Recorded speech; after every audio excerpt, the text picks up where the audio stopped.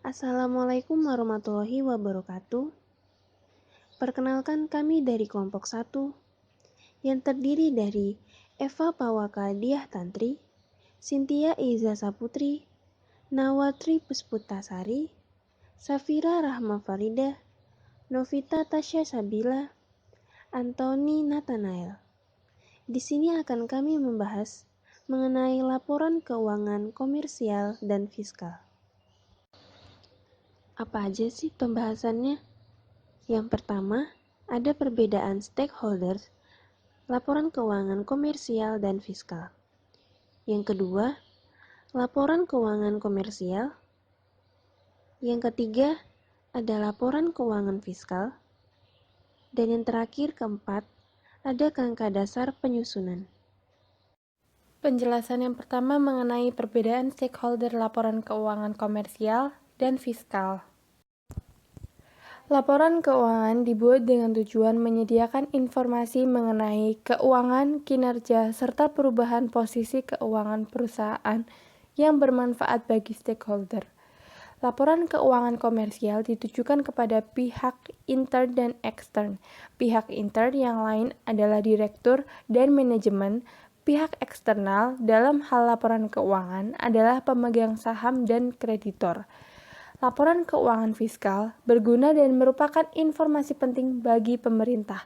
Pemerintah dipertanggungjawabkan oleh Direktorat Jenderal Pajak. Yang kedua, ada laporan keuangan komersial. Laporan keuangan komersial berpedoman kepada pernyataan standar akuntansi keuangan atau disebut PSAK. Setiap pertanggungjawaban diidentifikasikan sebagai laporan kegiatan apapun yang dilakukan dalam periode tertentu. Untuk mencapai tujuan tersebut, diperlukan adanya pemahaman fungsi kegiatan usaha yang dalam bidang akuntansi disebut sebagai konsep dasar entitas. Pada akuntansi komersial, penyusunan laporan keuangan komersial didasarkan pada asumsi-asumsi.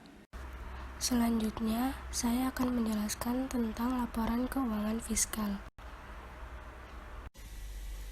Laporan keuangan fiskal adalah laporan keuangan yang disusun sesuai peraturan perpajakan dan digunakan untuk keperluan perhitungan pajak. Ketentuan perpajakan mempunyai kriteria tentang pengukuran dan penyusunan komponen yang terdapat dalam laporan keuangan. Dalam pengukuran tersebut tidak selamanya sejalan dengan prinsip akuntansi komersial.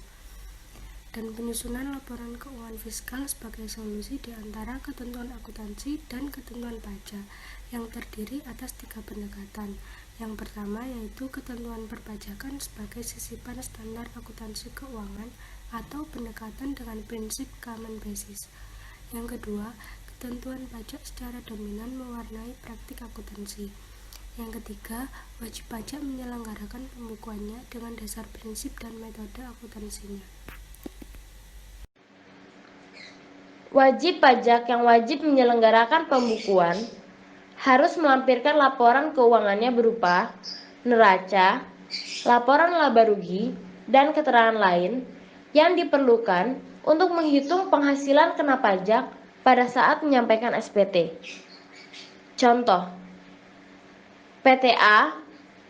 Di sini PTA mempunyai saham di kedua perusahaan, yaitu perusahaan PTB dan PTC. Berarti PTA mempunyai kewajiban melampirkan laporan keuangan konsolidasi PTA, dan anak perusahaan juga melampirkan laporan keuangan atas usaha PTA sebelum konsolidasi.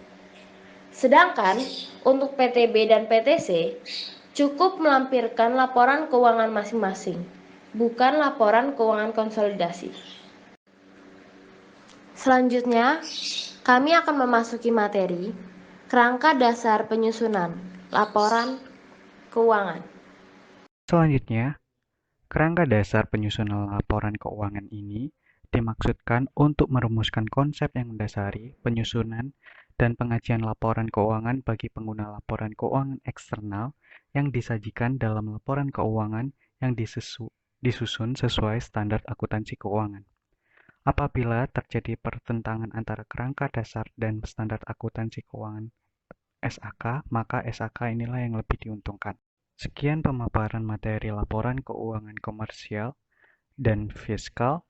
Kami membuka sesi pertanyaan bagi audiens yang ingin bertanya. Terima kasih.